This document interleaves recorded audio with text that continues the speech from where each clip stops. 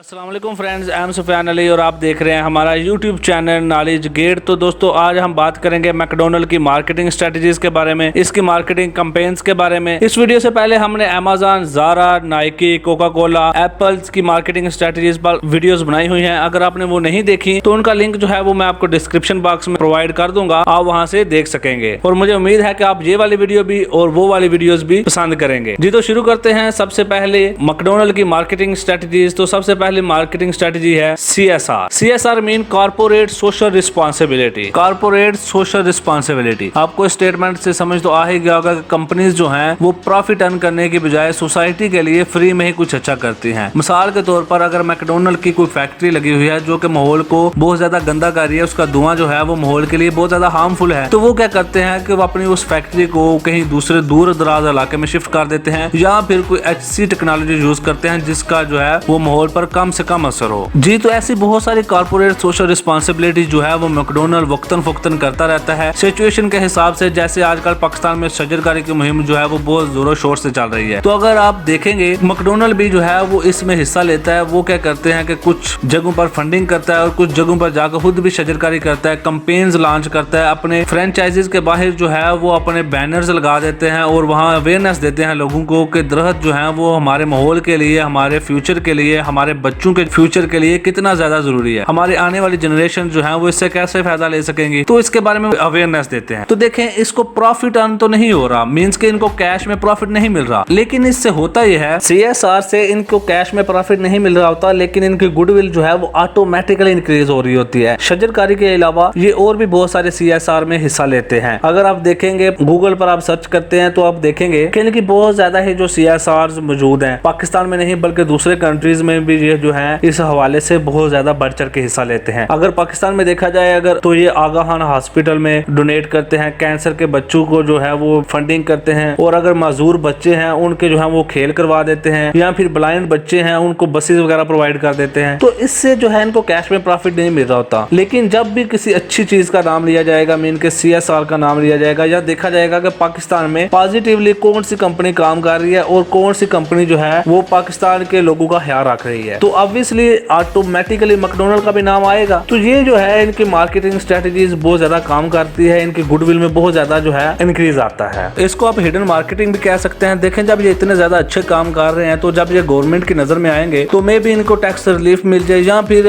जहाँ पर इनकी इतनी ज्यादा फ्रेंचाइजीज हैं तो गलती होने के चांस भी ज्यादा होते हैं। तो कहीं अगर एक फ्रेंचाइज में कोई गलती हो जाती है तो गवर्नमेंट की नजर में वो आ जाती है, तो इनको थोड़ा सा वो रिलीफ दे देंगे, कंपनसेट कर देंगे, चलें जी ये इतने ज्यादा अच्छे काम कर रहे हैं तो एक में हो गया गलती तो चले नेक्स्ट टाइम ये नहीं करेंगे। या फिर अगर कोई फैक्ट्री जो है वो बहुत ज्यादा माहौल के लिए हार्मफुल है तो उनको जो है वो उसको सील करने के बजाय उन्हें चांस देंगे कि इसको जो है वो बंद ना करें, चले इनको थोड़ा सा चांस दे दें कि इसको कम करें। तो ये इनकी जो हिडन मार्केटिंग है वो बहुत ज्यादा काम कर रही है। आजकल पाकिस्तान में अगर देखें ये शजरकारी भी कर रहे हैं, ब्लाइंड बच्चों को बसेस दे रहे हैं, उनकी खेलें करवा रहे हैं, और जो है आगाहान हॉस्पिटल जो पाकिस्तान का बहुत बड़ा हॉस्पिटल है उसमें भी डोनेशन करते हैं। इसके अलावा अगर आप गूगल करेंगे तो इनकी बहुत ज्यादा जो CSR है वो आपको मिल जाएंगी।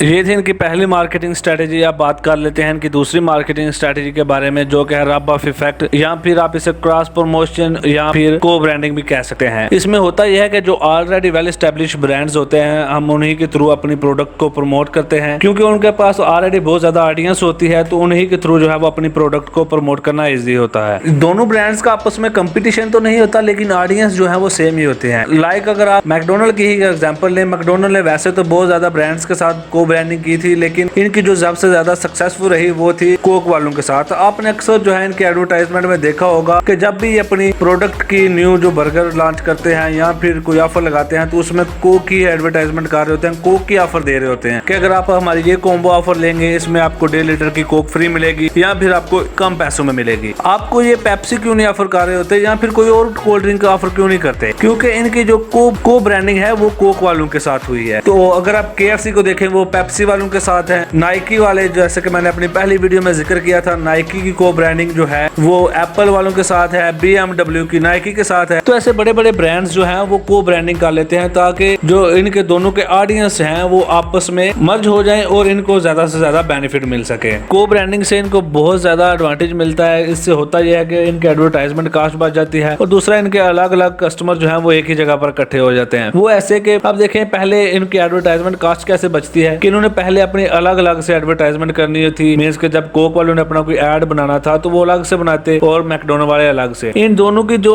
कास्ट आनी थी वो अलग अलग से आनी थी। लेकिन जब ये अब इनकी क्रॉस प्रमोशन होगी, इनकी को ब्रांडिंग होगी तो ये दोनों ही एक ही प्लेटफॉर्म पर अपने प्रोडक्ट को प्रमोट कर सकेंगे। सेम ऐसे इनको दूसरा एडवांटेज भी होता है कि अब देखें जिसने कोक पीनी है वो KFC पर तो जाएगा नहीं, क्योंकि KFC पर पेप्सी मिलती है, कोक नहीं मिलती, तो वो कोक पीने के लिए मैकडोनल्ड पर जाएगा। तो इससे होता यह है कि जो इनके अलग अलग कस्टमर थे वो एक ही प्लेस पर इकट्ठे हो जाते हैं। तो ये इनकी मार्केटिंग स्ट्रेटेजी काफी ज्यादा सक्सेसफुल रही। आपने शुरू से लेकर अभी तक जब भी आप इनके एड्स देखेंगे उसमें यही देखेंगे कि जितने भी इन्होंने ऑफर्स देते हैं उसमें यही कहते हैं बार बार कि आपको कोक फ्री में मिलेगी, कोक फ्री में मिलेगी, क्योंकि ये कभी इनका लॉन्ग टर्म से कोक के साथ कॉन्ट्रैक्ट है और ये लॉन्ग टर्म से ही उसके साथ चल रहे हैं। इनकी नेक्स्ट मार्केटिंग स्ट्रेटेजी जो कि ये अपने स्लोगन्स में यूज करते हैं, इनके स्लोगन जो है वो बहुत ज्यादा ही कैची होते हैं। अगर आप इनके स्लोगन्स को देखें तो आपको फील होगा कि ये अपने कस्टमर को अपने साथ इमोशनली अटैच कर रहे होते हैं। आजकल जो इनका स्लोगन चल रहा है आई एम लविंग इट, आज से कुछ अर्सा पहले इन्होंने एक अपना जो स्लोगन लॉन्च किया था बहुत ज्यादा वायरल हुआ, डिड समबडी से मैकडोनल्ड। तो अगर आप देखें जब आपका दोस्त जो है वो आपको पार्टी नहीं दे रहा होता तो अब अगर आपने उसको कोई बात लगाने के यार पार्टी दे दे तो आप उसे कहेंगे डिड समबडी से मैकडोनल्ड, ऐसा कुछ उसे बोलेंगे, या अपने ग्रुप्स में जो दोस्त बैठे हुए हैं उन्हें बोलेंगे कि यार किसी ने मैकडोनल्ड का नाम लिया। तो ये इनकी जो स्लोगन था वो इनका कस्टमर ही इनका स्लोगन जो है वो वायरल कर रहे थे। और उसके अलावा जो इनके बाकी स्लोगन्स हैं वो भी काफी ज्यादा इमोशनली अपने कस्टमर के साथ इन्हें अटैच करते हैं। कस्टमर जो है वो प्राउड फील करता है कि अच्छा जी हम मैकडोनल्ड पर जा रहे हैं। ये अपने कस्टमर को अपने स्लोगन्स में स्पेशल फील कराते हैं कि आप उनके लिए क्या अहमियत रखते हैं। अगर आप इनका 1997 का स्लोगन देखें तो वह तब जो है इनका स्लोगन था माई मैकडोनल्ड।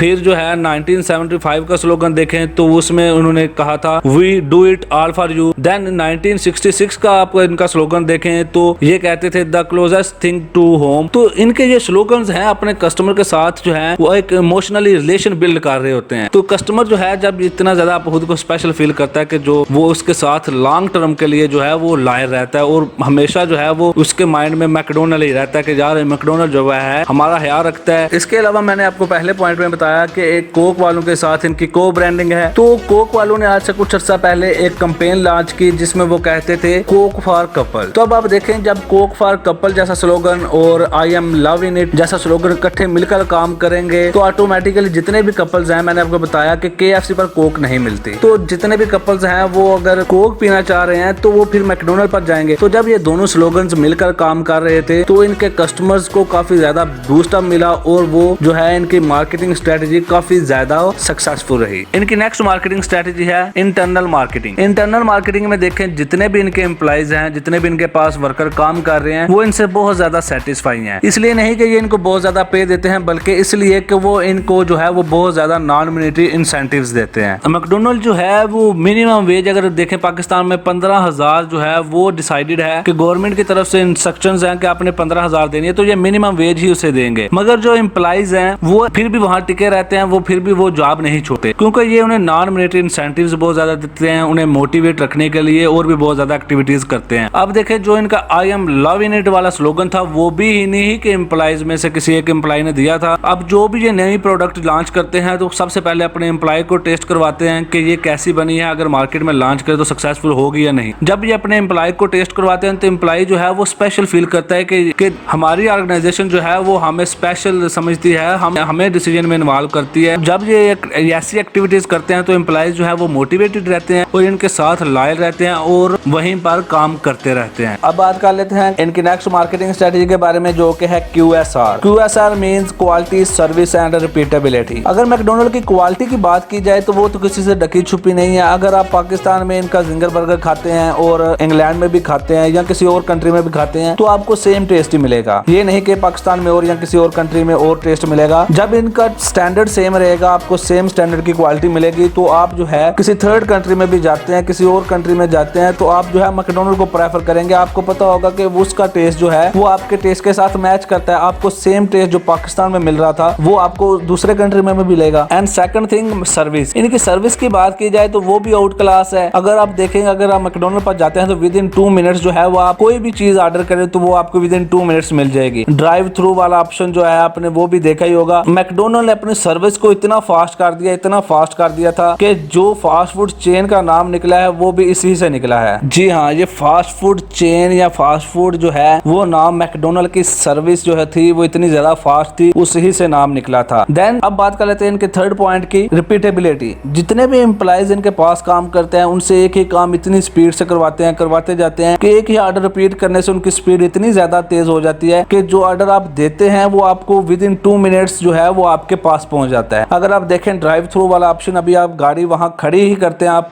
बताते हैं कि जिंगर बर्गर चाहिए हमें, तो अभी आप जिंगर बर्गर कहते हैं तो विद इन 2 मिनट्स जो है वो आपके पास जिंगर बर्गर, आप साथ कह देते हैं कोल्ड ड्रिंक्स या कुछ और चाहिए तो वो भी विद इन 2 मिनट्स आपके पास पहुंच जाता है। ये तीन जो चीजें हैं वो कस्टमर के ओवरऑल एक्सपीरियंस को जो है वो एनहांस करती हैं, बूस्ट अप करती हैं, कस्टमर केयर में इजाफा करती हैं, जिसकी वजह से कस्टमर जो है, अब देखिए हर बंदा जो है आजकल तेजी में है, हर बंदे के पास टाइम नहीं है। ड्राइव थ्रू वाला ऑप्शन जब इन्होंने लॉन्च किया था तो वो भी इतना ज्यादा सक्सेसफुल रहा क्योंकि जितने भी बिजी पर्सन हैं वो उनके पास इतना ज्यादा टाइम नहीं होता कि रेस्टोरेंट में बैठकर खा सके। तो वो जो सिस्टम था, अब गाड़ी में बैठकर अगर इतना ज्यादा वेट करना हो तो फायदा क्या, बंदा सीधा रेस्टोरेंट में बैठ के खा ले। तो ड्राइव थ्रू वाले ऑप्शन में इन्होंने इतनी ज्यादा फास्ट सर्विस दी थी कि कस्टमर के एक्सपीरियंस को इतना ज्यादा इंक्रीज मिला कि कस्टमर जो था जब भी रास्ते में कहीं से दूर जा रहा होता था तो मैकडोनल्ड को ही प्रेफरेंस देता था कि मैकडोनल्ड से जाते हुए ले लेंगे, वहां टाइम वेस्ट नहीं होगा। इनकी नेक्स्ट मार्केटिंग स्ट्रेटजी थी social beliefs and culture. Social beliefs and culture देखें, इतने ज्यादा इस चीज को इंपॉर्टेंस देते हैं कि इनका बर्गर जो था इंडिया में बीफ बर्गर फ्लॉप हुआ, दोबारा से इन्होंने रिसर्च की कि क्यों फ्लॉप हुआ, और रिसर्च करने के बाद जब ये वहां दोबारा गए तो इन्होंने अपना मेन्यू जो था वो टोटल चेंज कर दिया। उस कल्चर के मुताबिक जो इन्होंने अपना मेन्यू बनाया कि वो कौन सी चीजें पसंद करते हैं, उनकी प्रेफरेंसेस क्या हैं। तो टोटल मेन्यू, अगर यहाँ पर ये पाकिस्तान में बीफ बर्गर दे रहे हैं तो यहाँ इंडिया में ऑफर नहीं करते, वहां पर जो है वो वेजिटेरियन बर्गर्स, आलू टिक्की बर्गर्स ज्यादा ऑफर करते हैं। तो जब ये आप किसी दूसरे के कल्चर को प्रेफरेंस देंगे तो ऑब्वियसली दूसरे जो वहाँ लोग रह रहे हैं वो भी आपको इंपॉर्टेंस देंगे। एंड वन मोर थिंग, इनकी जो एडवर्टाइजमेंट है वो भी एक यूनिक वे में करते हैं। अगर आप इनकी एडवर्टाइजमेंट देखें पाकिस्तान में, इंडिया में या दूसरे कंट्रीज में, यहाँ इन्होंने ऑफर लगाई होती है कि 25 रुपए या 100 रुपए का एक बर्गर, सिर्फ और सिर्फ 100 रुपए में एक बर्गर, मैकडोनल्ड का न्यू बर्गर, अंडे वाला बर्गर या आलू टिक्की बर्गर जो है वो सिर्फ और सिर्फ 100 रुपए में। जब आप ये देखते हैं कि यार सिर्फ 100 रुपए में बर्गर मिल रहा है और आप मैकडोनल्ड पर चले जाते हैं, जब मैकडोनल्ड पर जाते हैं तो वो आपको क्या करते हैं कि कॉम्बो ऑफर देते हैं कि आप फैमिली के साथ आए हैं तो आप जो है वो 4 बर्गर और लेंगे हमसे, ये कॉम्बो ऑफर है। अगर आप 4 बर्गर और एक कोल्ड ड्रिंक वाली ये ऑफर लेंगे तो आपको इतने में मिलेगी, आपको इतनी सस्ती पड़ेगी। तो ये कस्टमर के माइंड को टैकल कर लेते हैं और उसे कॉम्बो ऑफर्स प्रोवाइड करना शुरू कर देते हैं। कस्टमर जो है जब वो अपनी फैमिली के साथ गया होता है तो कहता है कि यार क्या 100 वाला बर्गर खाना है, चलो ये ऑफर ही ले लेते हैं। तो कस्टमर जो माइंड बना के गया होता है कि मैंने सिर्फ और सिर्फ 100 वाला बर्गर खाना है, वो वहां पर जो है वो 500 से 1000 तक रुपए जो है वो लगाता है। तो इनका मकसद जो इस एडवर्टाइजमेंट का होता है कि एक दफा जो कस्टमर है वो वहां विजिट करे। जब कस्टमर विजिट करता है तो वो ऑटोमेटिकली 100 रुपए की चीज लेने गया होता है, वो वहां 1000 स्पेंड करके आता है। जी तो फ्रेंड्स, ये थी इनकी मार्केटिंग स्ट्रेटेजीज। उम्मीद करता हूँ कि आपको ये वीडियो पसंद आई होगी। अगर आपने अभी तक हमारी नाइकी, कोका कोला, अमेज़न और ज़ारा ब्रांड और एप्पल वाली वीडियोस नहीं देखी तो वो भी जरूर देखिएगा। मैं उम्मीद करता हूँ आप ये वाली वीडियो भी और वो वाली वीडियो भी जरूर पसंद करेंगे। और अगर वीडियो पसंद आए तो प्लीज हमारा चैनल सब्सक्राइब कीजिएगा और ये वीडियो अपने दोस्तों के साथ शेयर जरूर कीजिएगा। Thanks for watching. Allah Hafiz.